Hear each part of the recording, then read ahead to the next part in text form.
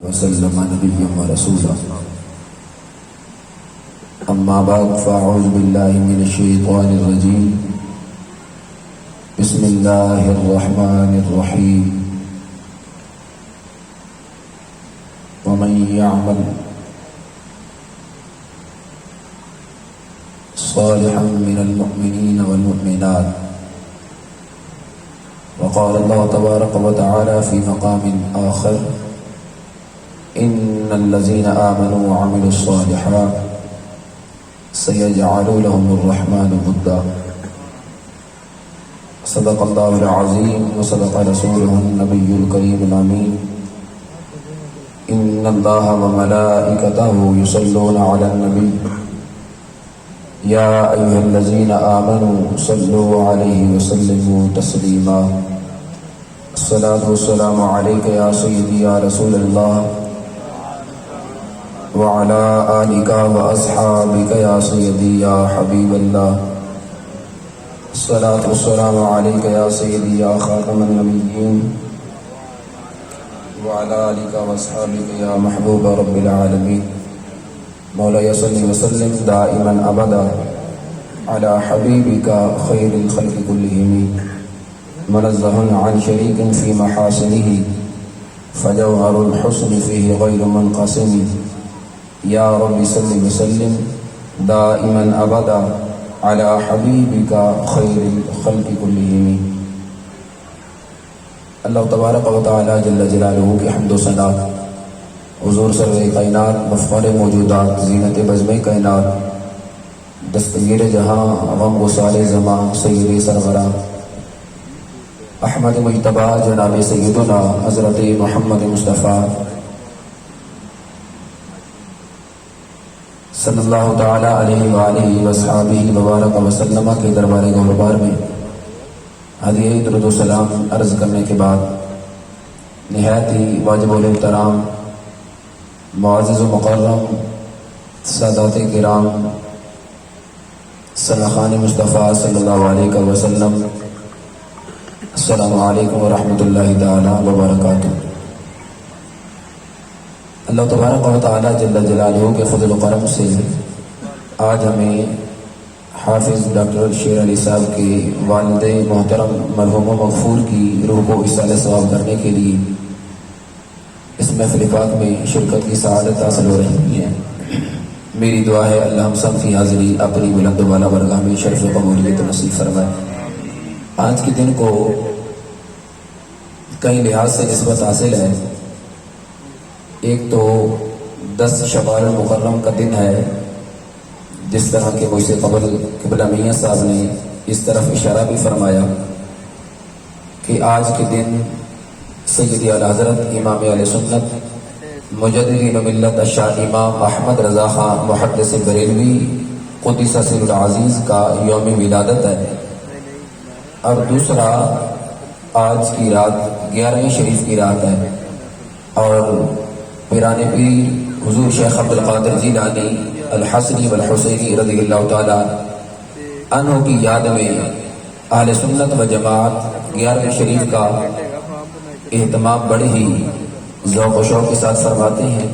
تو اسی لحاظ سے مجھے جو حکم کیا گیا کہ 11ویں شریف کے موقع پہ اصالہ ثواب کی محفل کا انعقاد کیا گیا ہے، تو آج ہم نے سیدی حضور غوث اعظم شیخ عبد القادر جیلانی رضی اللہ تعالی عنہ کی مبارک ذات کے جو سیرت کے کچھ پہلو ہیں اختصار کے ساتھ ان کو اپنی زندگی کی شب و روز ہم نے ان پر عمل کر کے گزارنا ہے، چونکہ ہمارے ماحول میں حضور سیدنا شیخ عبد القادر مگر سیدنا غوث اعظم رضی اللہ تعالی عنہ کی جو تعلیمات ہیں الا ماشاءاللہ بہت کم ان کو بیان کیا جاتا ہے۔ ایک تو شیخ عبد القادر جیلانی رضی اللہ تعالی عنہ کی مبارک ذات اگرچہ مادر ذات ولی تھے، ماں کے پیٹ سے جب جنم لیا تو اللہ نے ولایت کے مقام پر فائز فرما کر دنیا میں مبعوث فرمایا۔ یعنی ایک ہے کہ دنیا میں آنے کے بعد ولی بن جانا، ولایت کا مل جانا، چونکہ ولایت اکثر و بیشتر کسبی ہوتی ہے، کمانے سے ملتی ہے، مگر جو نبوت ہوتی ہے نبوت وہبی ہوتی ہے. نبی دنیا میں آ کر نہیں بنتا بلکہ دنیا میں آ کر ولایت اور پھر عبادت و ریاضت کے بعد جو درجہ ملتا ہے وہ ولایت کا ملتا ہے. اور پھر اس میں بھی ولایت میں بھی یہ ہے کہ اللہ کی ذات جس کو چاہے مادر ذات ولی بنا کر بھیج دے. جس طرح کہ شیخ عبد القادر جیلانی رضی اللہ عنہ کو اللہ کی ذات نے مادر ذات ولی بنا کر بھیجا. مگر ایک چیز ہم نے یہ دیکھنی ہے کہ الا ماشاء اللہ ہم زندگی میں جس غوث اعظم رضی اللہ عنہ کی 11ویں شریف مناتے ہیں کیا ہم نے اس غوث اعظم کی سیرت کو بھی اپنایا ہے یا کہ نہیں اپنایا؟ یعنی ایک ہے کسی کو ماننا اور ایک ہے کسی کی ماننا، ایک ہے غوث پاک کو ماننا اور ایک ہے غوث پاک کی ماننا. اس میں بہت زیادہ فرق ہے. یعنی اس کو آپ بلا تمثیل و بلا تشبیہ یوں سمجھ سکتے ہیں کہ اگر ایک انسان نوجوان ہے وہ کہتا ہے میں اپنے باپ سے بڑی محبت کرتا ہوں مگر میں باپ کی مانتا نہیں، میں باپ کو بڑا ادب کرتا ہوں مگر باپ کہتا ہے کہ بیٹے میرے لیے پانی لاؤ، بیٹا کہتا ہے بلی نہیں کر سکتا. مگر بیٹے کا یہ دعویٰ ہے کہ میں باپ کا بڑا ادب کرتا ہوں بڑی محبت کرتا ہوں، تو کیا زمانہ معاشرہ سوسائٹی والے کہیں گے کہ یہ باپ کا باادب ہے، یہ باپ کا فرما بردار ہے؟ کیا لوگ کہیں گے کہ یہ باپ سے محبت کرتا ہے یا باپ کو مانتا ہے؟ نہیں. جس کا یہ دعویٰ ہے کہ میں باپ سے محبت کرتا ہوں، باپ سے میں بڑی الفت رکھتا ہوں، مگر جب باپ اس کو کوئی کام کہے وہ نہیں کرتا تو لوگ کہیں گے کہ یہ اپنے باپ کا باوفا بیٹا نہیں ہے، یہ باپ سے دلی طور پہ محبت نہیں کرتا. زبان سے اس کا یہ دعویٰ ہے. اب اسی کو سمجھیے، ہمارا ایک ہے دعویٰ کہ ہم شیخ عبد القادر جیلانی سے محبت کرنے والے ہیں، اگرچہ وہ لجپال ہیں، وہ بڑے مہربان ہیں، کہ اگر کوئی زبان سے بھی دعویٰ کرتا ہے تو شیخ عبد القادر جیلانی اسی بھی اپنے فیض سے نوازتے ہیں. مگر ساتھ جو محبت کا دعویٰ کرنے کے بعد شیخ عبد القادر جیلانی کی مانتا بھی ہے، ارے قیامت کا دن ہوگا شیخ عبد القادر جیلانی اس کو اپنے ساتھ جنت میں خود لے کے جائیں گے. شیخ عبد القادر جیلانی کا مقام عرف و اعلیٰ شان ہے، یہاں تک کہ آپ کے بارے میں یہ بھی آتا ہے کہ آپ کا ایک مرید غلام آپ کی خدمت میں حاضر ہوا، عرض کرتا ہے کہ حضور میرے والد گرامی دنیا سے چلے گئے ہیں، وصال فرما گئے ہیں، مگر رات کو خواب میں نے دیکھا کہ والد محترم جہنم کے عذاب میں مبتلا ہیں. میرے والد نے کہا کہ میں غوث پاک کا ماننے والا ہوں، بیٹے جب صبح غوث پاک کا دربار لگے ان کے پاس جا کر میرے بارے میں ان سے دعا کروانا. تو یا شیخ عبد القادر جیلانی میں اس تمہارے مرید کا بیٹا ہوں جو آج اس دنیا میں نہیں دنیا سے چلے گئے مگر ان کو جہنم کا عذاب ہو رہا ہے، تو آپ اپنے اس مرید کے لیے اور میرے والد کے لیے دعا کیجئے. شیخ عبد القادر جیلانی رضی اللہ عنہ پوچھتی ہیں اے میرے مرید کے بیٹے ذرا بتاؤ تمہارے باپ کا کوئی نیک عمل صالح عمل ایسا ہے جو تم بتا سکتے ہو؟ وہ بیٹا کہتا ہے، نوجوان کہتا ہے کہ یا شیخ عبد القادر جیلانی ہاں میرے باپ کا ایک عمل. وہ کون سا؟ کہ میرے باپ زندگی میں ایک بار آپ کے جامعہ کے دروازہ کے سامنے سے گزرے تھے. شیخ عبد القادر جیلانی خاموش ہو گئے. جب صبح دن آیا وہ بیٹا نوجوان دوبارہ حاضر ہوا، عرض کرتا ہے اے شیخ عبد القادر جیلانی میں نے رات کو خواب میں دوبارہ باپ کو دیکھا، باپ میرے بڑے خوش ہیں، جنت کے نظارے اور جنت کے مزے لے رہے ہیں. فرمایا کہ بیٹے آپ کے باپ نے آپ کو کچھ بتایا؟ کہا جی ہاں بتایا. کیا؟ فرمایا کہ میرے باپ نے کہا کہ تم شیخ عبد القادر جیلانی کی بارگاہ میں گئے تھے. میں نے عرض کی جی ابا گیا تھا. پوچھا پھر؟ میں نے کہا کہ میرے سے شیخ عبد القادر جیلانی نے پوچھا کہ تمہارے باپ کو کوئی ایسا عمل کہ جس کی وجہ سے میں اس کے لیے دعا کر سکوں؟ تو میں نے کہا تھا کہ میرے باپ کا ایک عمل یہ ہے زندگی میں تمہارے جامعہ مدرسہ کے گیٹ کے سامنے سے گزرے تھے.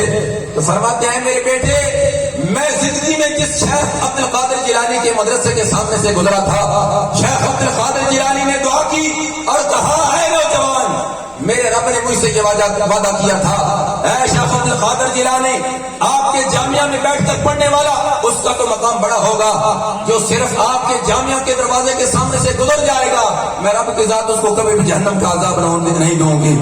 ارے جس شیخ عبد القادر جیلانی کے جامعہ کے دروازے کے سامنے سے گزر جائے ارے وہ جہنم سے آزاد ہو کر جنت کا مستحق بن جاتا ہے.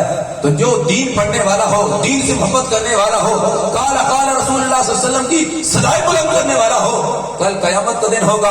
شیخ عبد القادر جیلانی رضی اللہ تعالیٰ عنہ اپنے اس مرید کو اپنے ساتھ لے کے جنت میں جائیں گے.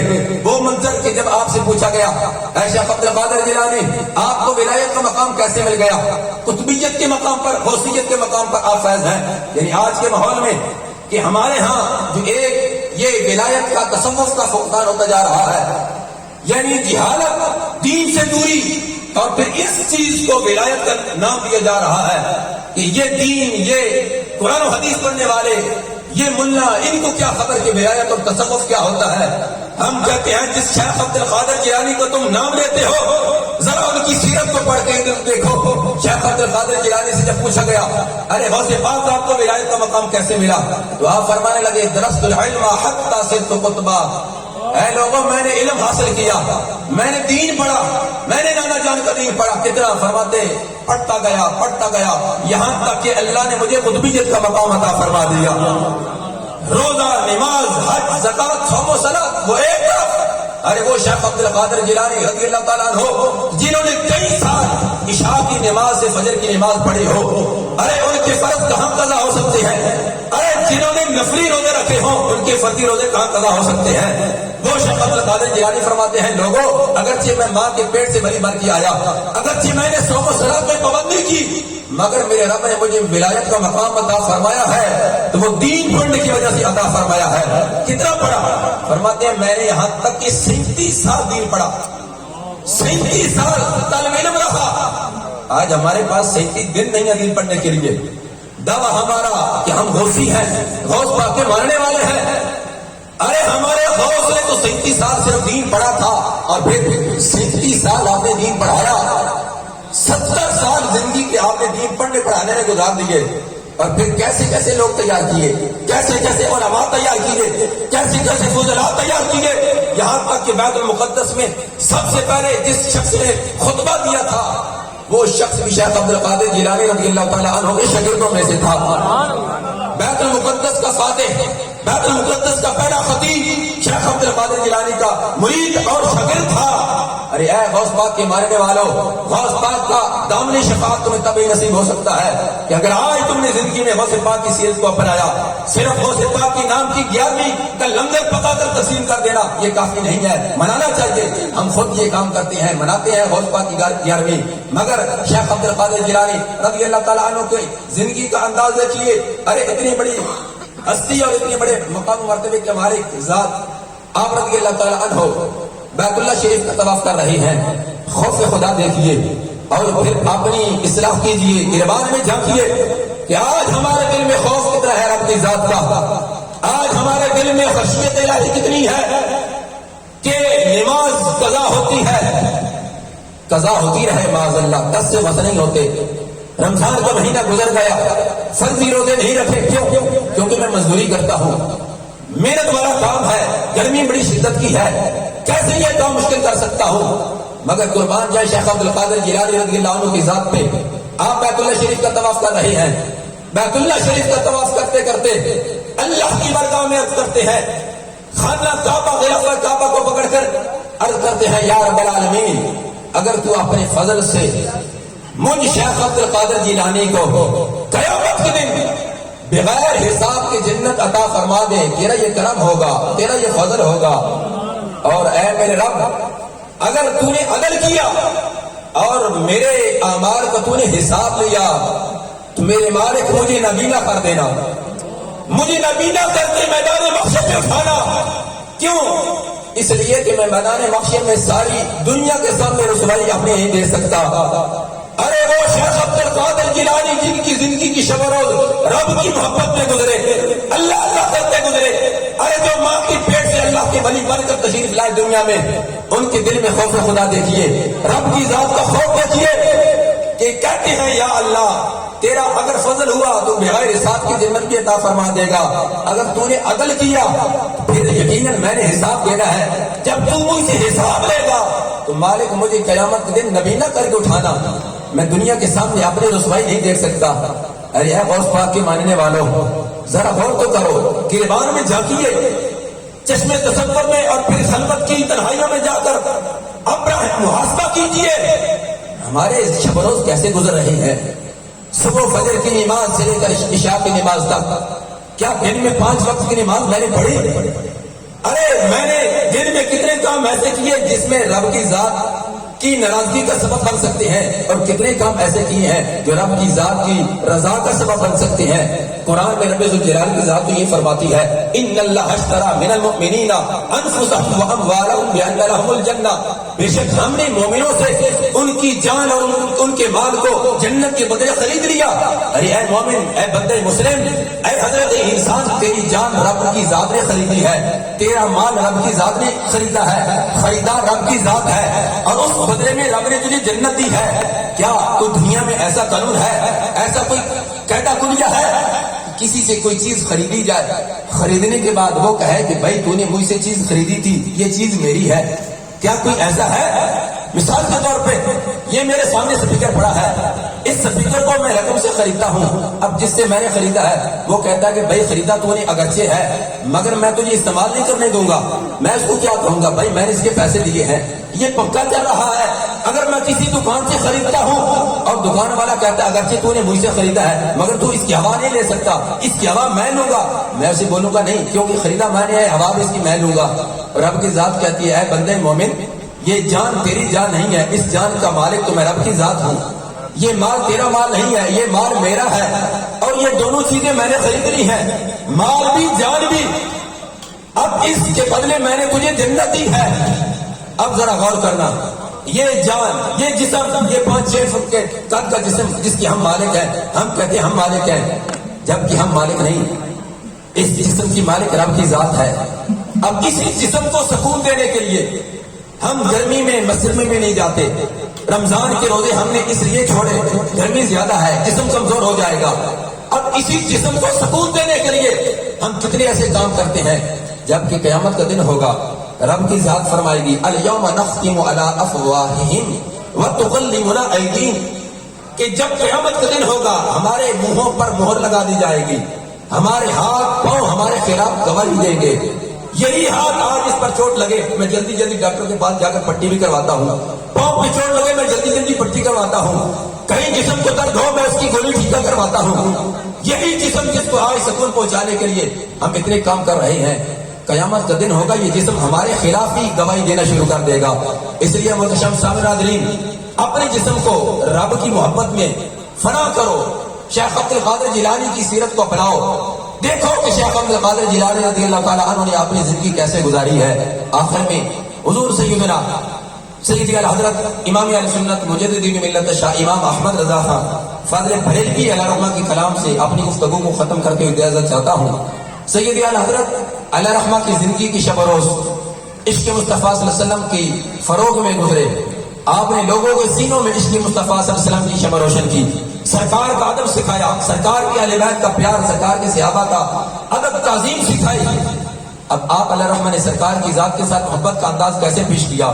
زمین و زمان تمہارے لیے، مکین و مقام تمہارے لیے، چینوں و چنا تمہارے لیے، بنے دو جہاں تمہارے لیے، ہم آئے یہاں تمہارے لیے، اٹھے بھی وہاں تمہارے لیے۔ ایک ایک جملے پہ غور کرنا، پھر کلام امام کا کلام ہے، اور وہ امام اہل سنت ہے جن کے نام سے آج ہم سنی کرواتے ہیں اور جن کی نسبت سے آج ہمیں بریلوی کہا جاتا ہے۔ ارے لفظ سنی ایسا جامع لفظ ہے کہ اگر کوئی یہ پسند کرے کہ مجھے کوئی رب کا محب کہے، مجھے کوئی سرکار کا محب کہے، مجھے کوئی اہل بیت کا محب کہے، سرکار کا صحابہ کا غلام کہے، اولیاء کا غلام کہے، اسے چاہیے کہ وہ اپنے آپ کو سنی کہلوانا شروع کر دے۔ لفظ سنی ایک ایسا لفظ ہے، جب لفظ سنی بول دیا جاتا ہے وہاں پر یہ نہیں ہوتا کہ یہ سرکار کی آڑ سے پیار کرتا ہے، سرکار کے حساب سے پیار نہیں کرتا، یا جب لفظ سنی بول دیا جاتا ہے وہاں پر یہ نہیں ہوتا یہ سرکار کے صاحب کا ادب کرتا ہے، سرکار کی آڑ سے پیار نہیں کرتا۔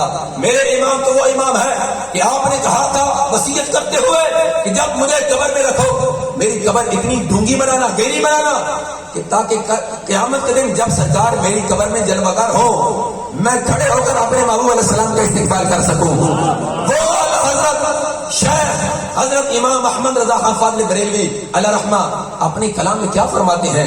زمین و زمان تمہارے لیے، مکین و مکان تمہارے لیے، چنین و چنا تمہارے لیے، بنے دو جہاں تمہارے لیے، ہم آئے یہاں تمہارے لیے، اٹھے بھی وہاں تمہارے لیے، فرشتے خدم رسول حشم تمام امم غلام کرم وجود و علم حدوث و قدم جہاں میں ایاں تمہارے لیے، رسالت کل امامت کل ولایت کل حکومت کل خدا کے یہاں تمہارے لیے۔ سید حضرت رحمت کا یہ دوسرا کلام، صرف ایک دو شعر پیش کر کے میں اجازت چاہتا ہوں، اور اس میں چونکہ یہ بڑا تفصیل طلب کلام ہے، مگر یہ آپ نے اس موقع پر کہا، قرآن مجید فرقان حمید کی جو سورہ ہے، لا اقسم بهذا البلد وانت حل بهذا البلد ووالد وما ولد، اس آیا کریمہ میں آپ نے فرمایا تھا کہ لا اقسم بهذا البلد، رب نے کہا کہ مجھے اس شہر کی قسم، شہر کون سا ہے؟ وانت حل بهذا البلد، اب شہر مکہ ہے، شہر مکہ میں قسم جو رب کی ذات نے اٹھائی، اس وجہ سے نہیں کہ وہاں حجر اسود ہے، اس وجہ سے نہیں کہ وہاں مقام ابراہیم ہے، اس وجہ سے نہیں کہ وہاں چاہے آب زمزم ہے، بلکہ رب کہتا ہے وانت حل بهذا البلد، اے میرے محبوب میں اس شہر کی قسم اس لیے اٹھا رہا ہوں کہ آپ کی اس شہر میں قدم لگے ہیں، ارے جس شہر میں محبوب کے قدم لگے اس شہر کی قسم اٹھانے والی رب کی ذات ہے۔ تو اسی کلام میں سیدہ حضرت علیہ رحمہ نے یہ کہا تھا کہ اے کلام الہی میں شمس و ضحیٰ تیرے چہرہ نور سزا کی قسم، قسم شب تارا میں راز یہ تھا کہ حبیب کی زلف دتا کی قسم، تیرے خلق و حق نے عظیم کہا، تیری خلق و حق نے جمیل کیا، کوئی تجھ سا ہوا ہے نہ ہوگا شہاں، تیرے خالق کی حسن و ادا کی قسم، وہ خدا نے ہے مرتبہ تجھ کو دیا، نہ کسی کو ملے نہ کسی کو ملا، کہ کلام مجید نے کھائی شہاں، تیرے شہر و کلام و مکہ کی قسم، کبھی والضحیٰ کہا، کبھی واللیل کہا، کبھی یاسین کہا، کبھی طٰہٰ کہا، یہ سرکار کی عظمت و شان رب کی ذات قرآن میں بیان کر رہی ہے۔ اور اگر کوئی سرکار کی شان کو کما حق مانتا ہے اور اپنے سینے میں سرکار کی محبت کو رکھتا ہے، وہ صرف سنی کا سینہ ہے، سنی کے علاوہ کسی کا سینہ ایسا نہیں جس میں سرکار کی محبت ہو، سرکار کی آل کا اصحاب کا پیار ہو۔ اس لیے محتشم صاحب ناظرین، آج کے اس ہماری محفل میں یہی پیغام ہے، سرکار کی ذات سے اپنا رشتہ قائم کیجیے، اپنی نسلوں کو، اپنی اولاد کو سرکار کی اہل بیت کا، سرکار کے اصحاب کا پیار محبت سکھائیے۔ اپنی گفتگو ختم کر رہا ہوں بحمداللہ، میرا حق سے عقیدہ اہل سنت کا پڑھا ہے قدسیوں نے بھی، قصیدہ اہل سنت کا، زمین ہے اہل سنت کی، زمانہ اہل سنت کا، بنایا رب نے جنت میں ٹھکانہ اہل سنت کا۔ اس چیز کی آج ضرورت ہے، وہ سنی کی بیداری ہے، اگر جا گیا یہ سنی تو ہر طاقت پہ یہ بھاری ہے۔ ہر کوئی اپنے مسلک سے وابستہ رہ کے جیتا ہے، کیوں سنی اپنے مسلک کے اظہار سے اب تک آری ہے، جب تک بھی زندہ رہنا ہے اب قول زبان سے کہنا ہے، کیا ڈر ہے موت کا اے آصف، جب جانا اپنی باری ہے، وما توفیقی الا باللہ۔